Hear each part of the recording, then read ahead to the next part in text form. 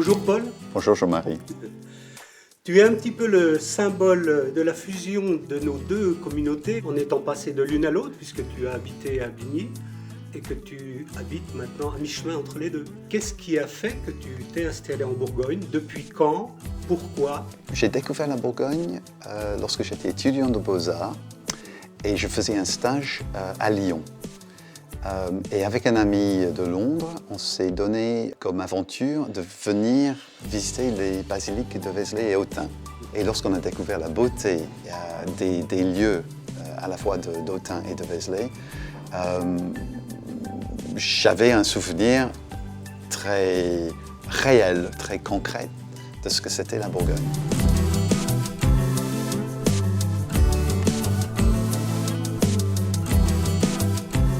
Deux ans plus tard, je suis marié avec Catherine, qui est moitié française, et on est jeunes artistes.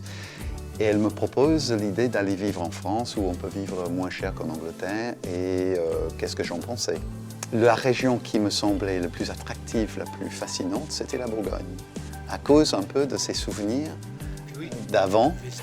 Quand on quitte un pays pour un autre qu'on ne connaît vraiment pas bien, on cherche des points d'attache ou des liens possibles.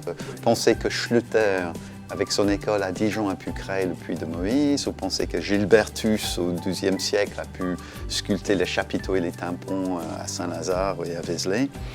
Quelque part, dans son âme romantique d'artiste, on pense que c'est déjà une bonne raison de s'intéresser à un lieu.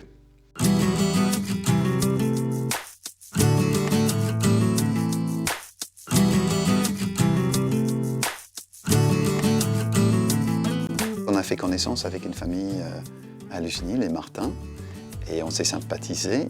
Et grâce à eux, on a commencé à connaître aussi des gens français de la région. Et on a pu acheter une toute petite maison sur la place à Bligny-sur-Ouche.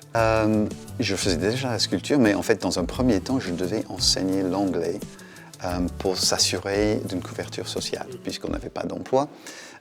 Mais j'avais des ambitions à devenir sculpteur. Et lorsque je postulais pour une place aux Beaux-Arts, en Angleterre, j'ai échoué 2 fois pour une école de peinture. Et j'ai réussi seulement une 3e fois à obtenir une place dans une école qui m'a proposé de la sculpture. Quand j'ai commencé à toucher la terre, je me suis dit, ça c'est pour moi, ça m'intéresse.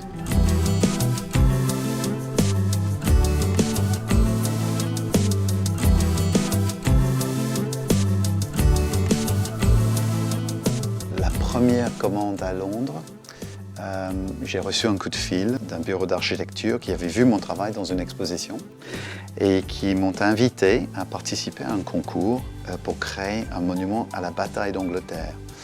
C'est une histoire que tous les jeunes Anglais de mon âge connaissent très très bien. Je me suis dit que pour ce projet-là, peut-être le relief était un moyen de raconter cette épopée, comme la tapisserie de Bayeux raconte l'invasion de Guillaume le Conquérant en Angleterre. Je me suis dit, c'est l'occasion de créer une sorte de tapisserie de Bayeux. Et mon projet, en tout cas, a été primé. Donc j'ai eu la commande pour une première grand projet, un grand monument à Londres. Merci Paul. Merci Jean-Marie. Have a good day. Thank you very much Jean-Marie. Au plaisir.